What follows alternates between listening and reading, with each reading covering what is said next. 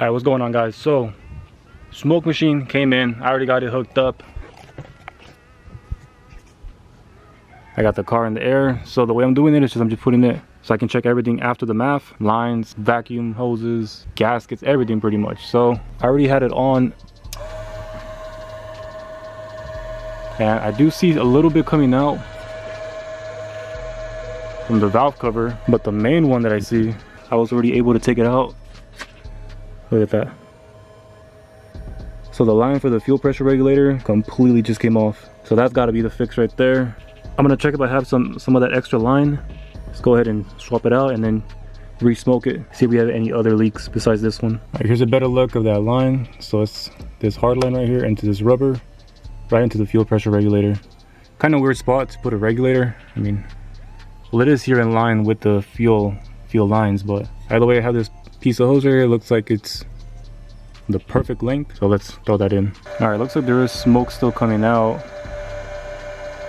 Now let's try to see if we could pinpoint it. It looks like it's coming from underneath the intake, so let me raise the car up so I can get underneath and see if I can get a better look. All right, so I had to reposition the machine because when I was smoking it right now, oil came out. It looks like the oil was just trailing down from the dipstick itself, so I'm gonna turn it back on right now and see if smoke comes out through there, because I believe, I'm not sure if it's like a gasket or if it's just like a press fit. Either way, we'll see. If there's smoke right here, take out the dipstick and probably put some silicone around it, help seal it up. Also take a look at all these other hoses underneath the intake, see if we have any smoke coming out from there as well. All right, so just finished buttoning up whatever leaks I found, which were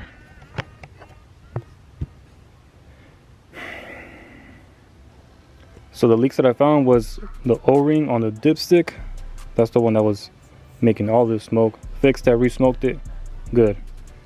Next one was a tiny leak coming from, so it's just one of the rubber grommets that hold on the valve cover. Looks very similar to one of these. Took it out, cleaned it off, put it back on, torqued it to spec, and then re-smoked it. So right now I have no smoke coming out from anywhere. So hopefully that's all I needed. That's the fix. I put everything back on. Now,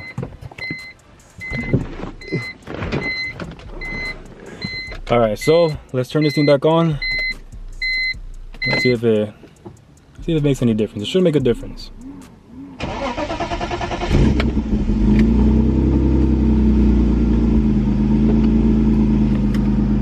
Idle's good. Sounds the same.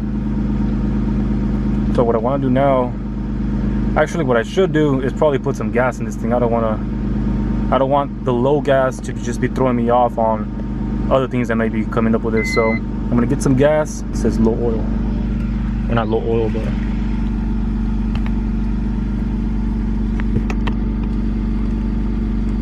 I think the yellow one means, oh, it's gone. Good. I also want to fix this one too. That way it actually reads the ambient temp. Nah, but that's another time. Like, okay, just get some fuel, check out the check engine light, see what else is going on with it. Let's get it. Added a little bit of gas, clear the codes, and then reading the live data right here, and it shows right here. So for the mass airflow, it's reading 0. Let me double check it's connected.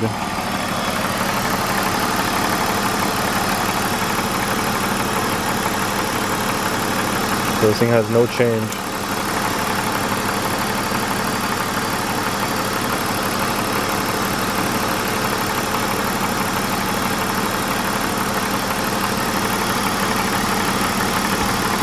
Oh, look at that. Look at that. Broken wire on the mass airflow. Let me see if I can open this up. Connect it back together. All right, just finished up the wire repair. Ended up just using some of these heat shrink with solder butt connectors. All right, now let's put it back on. Gotta connect this thing again. All right, the same thing. Let's just go back on the data. Hopefully this.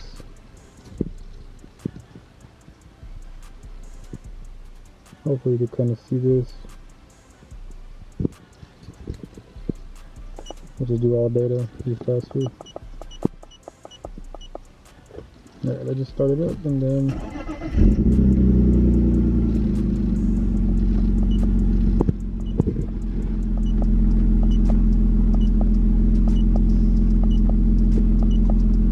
now I'll just look for the map. Speed sensor, no.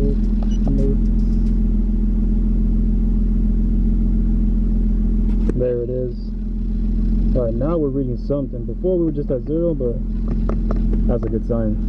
Alright, so I think all that's left for now is to probably just test drive it. Test drive it, see what happens, see what other codes come up. And we'll go from there. This is a big win so far. Idling smooth. I wonder if that was the problem the whole time. The whole time it just needed the map. Not sure if that number's what I'm supposed to be seeing at idle, but I mean that is at idle right there, about 700 RPM, 750. Let's raise it up to like, let's go to 25, 2500 RPM.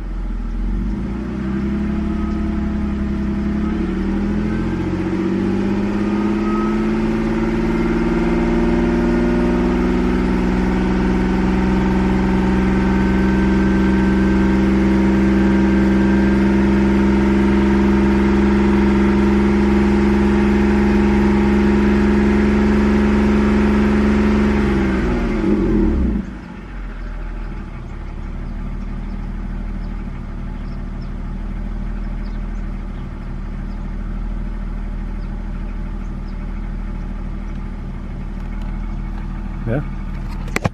All right, not sure if I'm even good on the camera, but I got some gas. Got some more gas, put the battery in it. I'm gonna take it for a quick drive. You can hear the frogs just going crazy out here. But yeah, I do want to take it on a test drive, but so I got the seat in here from the Type S. And it's not even bolted, so little sketchy, but I'm just going around the block.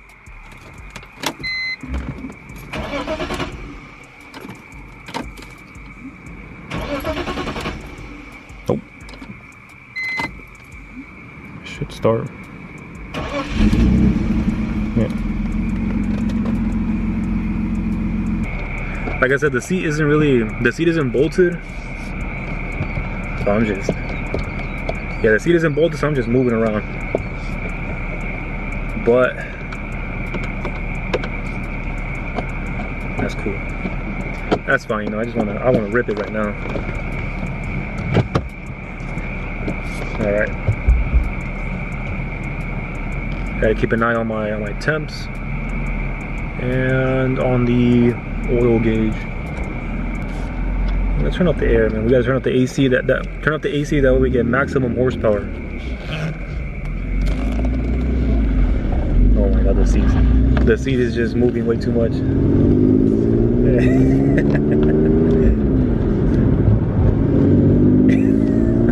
It is dangerous.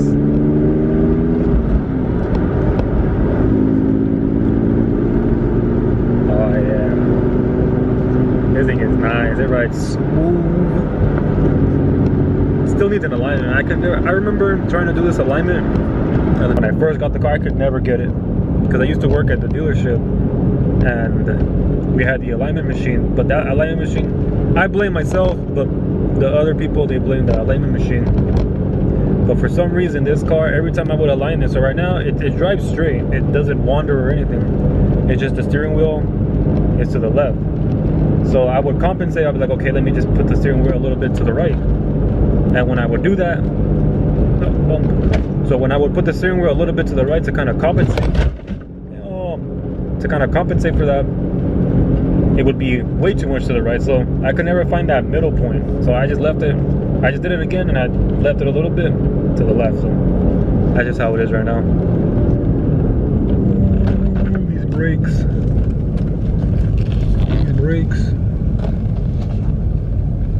What am I in, fourth? First.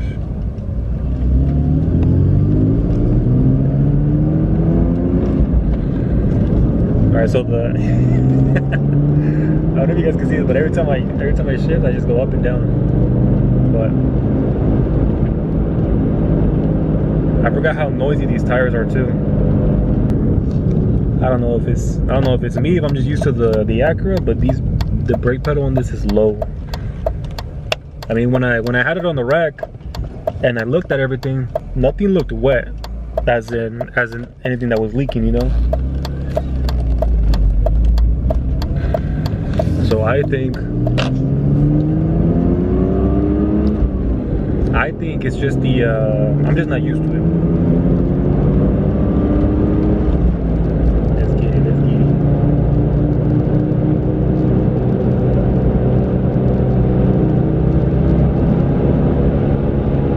Yeah, this thing is loud. Now something.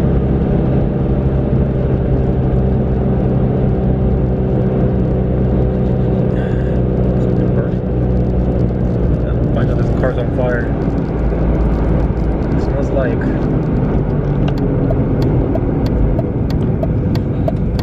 plastic. But I'll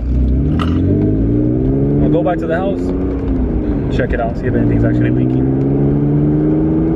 It's been so long since I drove this car, you know.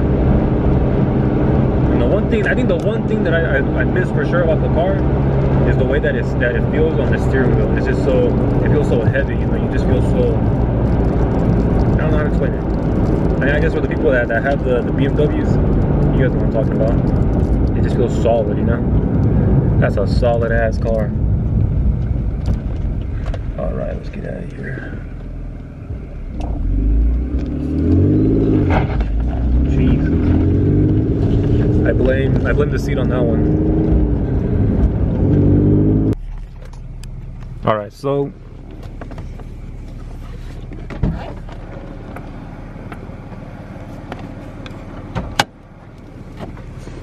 let's pop the hood and let's see if I see anything. I mean, I don't.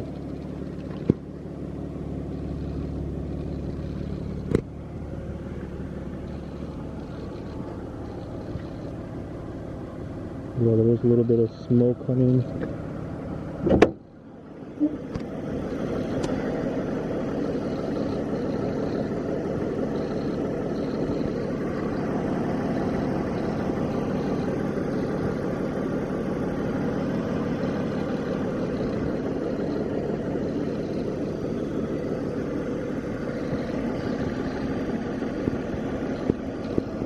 So there was a little bit of smoke. I don't think it's a big deal. It might just be leftover from the coolant that I just kind of spilled everywhere.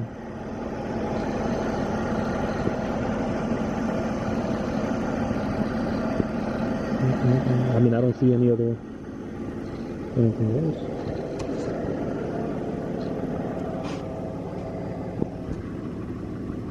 Maybe the brakes.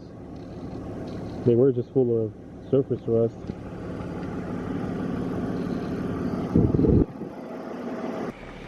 Alright, so I'm pretty confident that the car is good. Test drove it, did a quick test drive. No leaks. No check engine light. I think I need to order a shifter too. So the shifter is stock one, but it's just super.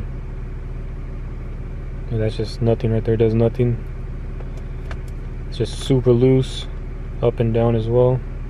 So I'm gonna go on the OEM BMW website, see if I could just get all the bushings that I need, because I know it does have like rubber bushings that go from, there's a linkage that goes down here to the transmission, and I think on the transmission side that bushing tends to go out, and here as well as the plastic bushing tends to go out as well.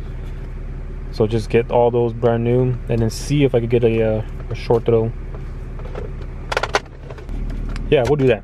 Full bushing kit, short throw shifter for the, and so the original seat for this one, I have it. You know, I might just throw that one in. Yeah, so I think we'll do that. So for the next one, we'll do the short shifter and then put back the stock seat just to get it rolling. I'm using that right now in the Type S, and we still got a couple of track days to go. Or maybe I could swap out. You know, do a couple days or some sessions with the Type S, and then some other sessions with the E46. And I'm curious to see how it performs now that everything's like cool.